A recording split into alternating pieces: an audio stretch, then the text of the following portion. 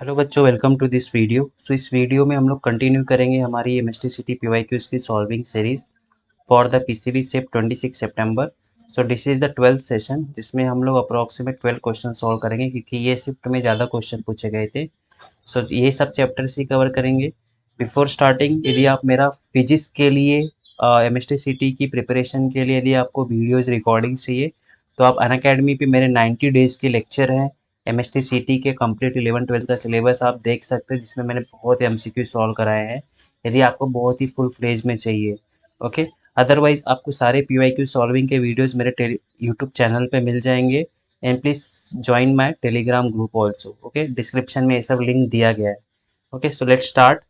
पहला क्वेश्चन आपका ये शिफ्ट में क्या पूछा गया था?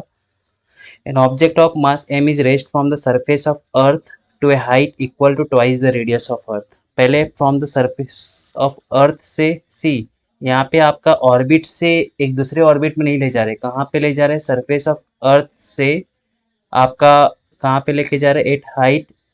Eight height twice of radius of earth. Okay, जब भी ऐसा होता है, मतलब एक ऑर्बिट से नहीं ले जाते, तब आपका यहाँ पे पोटेंशियल एनर्जी चेंज होता है। Potential energy 1, potential energy 2। यहाँ पे मैं E1 लिख लेता हूँ।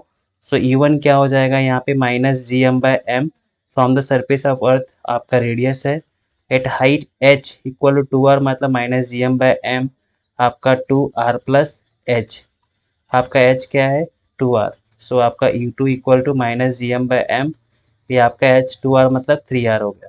ठीक है, ये E1 एंड E2। आपका चेंज इन पोटेंशियल एनर्जी क्या हो गया? E2 minus E1 -gm/m 3r minus of -gm/m by r। ठीक है, आपका यहाँ पे -gm/m 3r plus gm/m r। gm/m/r को कॉमन लिया, कितना आ गया आपका आंसर? -1/3 प्लस 1। आपका ये आंसर कितना हो गया? 2/3 gm/m/r। ओके, अभी आपको पता भी रहता है gm इक्वल टू क्या होता है? gr²। 2/3 आपका gr² am/r। आपका आंसर कितना हो गया? 2/3 mgr। ओके, करेक्ट आंसर आपका क्या हो गया? ए। नेक्स्ट क्वेश्चन क्या दिया गया? A ray of light passes from equilateral prism. Okay, prism equilateral है, मतलब आपका रिफ्रैक्टिव एंगल कितना हो गया? 60। Such that angle of incidence equal to क्या बोल रहा है? आपका एंगल ऑफ इमरजेंस। ये आपका एंगल ऑफ इमरजेंस क्या है? दोनों क्या है? इक्वल है। आपका जो फॉर्मूला होता है I plus A equal to A plus del, तो यहाँ पे क्या हो गया? ये 2i ले लो, ए प्लस डेल। एंड आपको लिखा है कि ये दोनों जो एंगल है इक्वल टू क्या है? 3/4 एंगल ऑफ प्रिज्म है। 3/4 60 कितना हो जाएगा आपका? 45 डिग्री। ओके, यहाँ पे आपका आई का वैल्यू आपने 45 डाला, ए आपको 60 दिया, डेल कितना हो गया? 90 minus 60 equal to del angle of deviation कितना हो गया? 30 डिग्री। नेक्स्ट क्वेश्चन क्या दिया गया आपको? Sound wave takes 3 minutes to travel between two station. ये आपका इनिशियल टाइम है। When temperature of air is 27 degree Celsius and temperature of air increases to 37 degree Celsius, ये T2 है। Sound waves will take how much time to travel between two station? आपका speed is proportional to क्या होता है? Temperature. V1/V2 equal to T1/T2। आपका speed क्या होता है? Distance upon time. तो स्पीड एंड टाइम क्या हो गया आपका? Inversely proportional.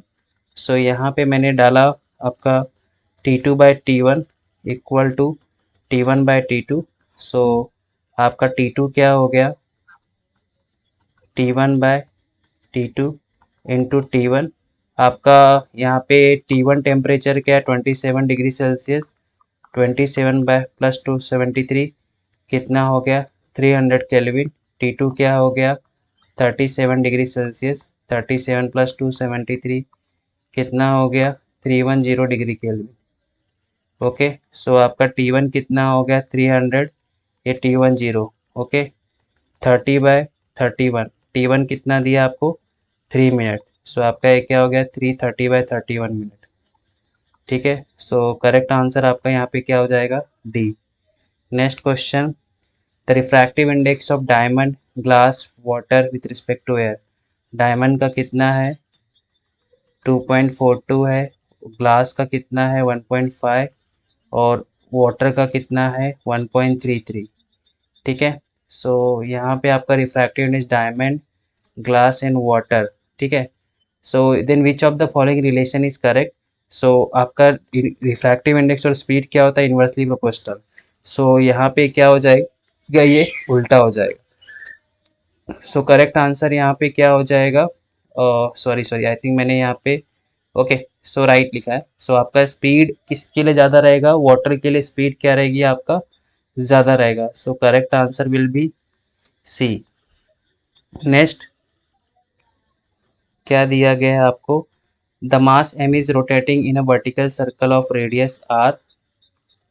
ठीक है, the difference in kinetic energy at the top and bottom. So kinetic energy bottom पे कितनी होती है आपकी 5/2 mgr होती है, क्योंकि बॉटम पे ओनली काइनेटिक एनर्जी यहाँ पे होती है, क्योंकि ग्राउंड हाइट तो जीरो है इसलिए पोटेंशियल जीरो होता है। और टॉप पे आपकी स्पीड कितनी होती है √gr। So kinetic energy at the top क्या हो गया आपका हाफ mv², क्या हो जाएगा आपका हाफ mgr। सो आप डिफरेंस बोला है ना आपको, सो kinetic energy bottom minus kinetic energy of top करोगे 5/2 mgr minus half mgr, base same है, mgr बेस सेम है, 5 - 1 4/2 कितना हो जाएगा 2 mgr। Okay, correct answer will B okay D. Okay, so next question solve करते हैं। 33, the size of image form by convex lens of focal length f is half the size of object. आपका image का size क्या है, half of the object का size, the distance of object from the lens. Okay, तो आपको in short यहाँ पे क्या निकालना है, यू निकालना है। ओके, सो यहाँ पे साइज बोला है, मतलब यहाँ पे कॉन्वेक्स के केस में हमेशा हम लोग ये m इक्वल टू क्या होता है v/u, ये आपका माइनस ही लेते हैं क्योंकि ऑब्जेक्ट और इमेज दोनों अपोजिट साइड्स ऑफ लेंस होते हैं इसलिए। ठीक है, सो यहाँ पे आपका ये रिलेशन देखा है माइनस साइन है वैसे होता है। सो v इक्वल टू -u/2 है, ये ध्यान में रखना, कॉन्वेक्स मोस्टली माइनस में ही रहता है। एक उसका स्पेशल केस है जब आपका रियल एन बनता है तब आपका वो प्लस में आता है, मतलब सेम साइड एक ही केस है। ओके, सो यहाँ पे आपका ये v की जगह पे मैंने डाला यहाँ पे तो -2/u -1/u 1/f, base same है इसलिए -3/u f। सो आपका u क्या हो गया -3f। सो इन शॉर्ट यहाँ पे डिस्टेंस क्या है आपका c। नेक्स्ट क्वेश्चन क्या दिया गया आपको, a ball of mass m falls from height h on the floor for which coefficient of restitution क्या है e after 2 bounds height attained by the ball। जो फर्स्ट टाइम जिस हाइट से गिरा, मतलब बॉल आपका जिस हाइट से गिरा h, फिर आपका गिरने के बाद वो फर्स्ट रिबाउंड हुआ h1, सेकेंड टाइम पर जो रिबाउंड हुआ h2, ये जो रिलेशन होता है e इक्वल टू क्या होता है आपका फर्स्ट रिबाउंड का height divided by original height. Okay, and इस ये इन जनरल फॉर्मूला है रिबाउंड का हाइट एंड ओरिजिनल हाइट। अभी h2 के लिए ओरिजिनल हाइट क्या है h1। सो आप e ओके पहले तो इसको सॉल्व कर लो, आपका यहाँ पे सॉल्व किया तो h1 क्या आ रहा है e²h, मतलब रिबाउंड मतलब सेकेंड टाइम का height is equal to e² of original height. अभी h2 के लिए h1 ओरिजिनल है तो आप ऐसा लिख सकते हो h2 equal to e²h1। Okay, ये दो इक्वेशन, अभी यहाँ पे h1 का वैल्यू आपको पहले में दिया है तो e² इक्वल टू e²h, तो e⁴h h2 इक्वल टू, ठीक है, तो h2 equal to e⁴h। So correct answer आपका यहाँ पे क्या हो जाएगा C. Correct answer is C. Okay, so I hope आपको ये समझा रहेगा क्वेश्चन। नेक्स्ट क्वेश्चन सॉल्व करते हैं।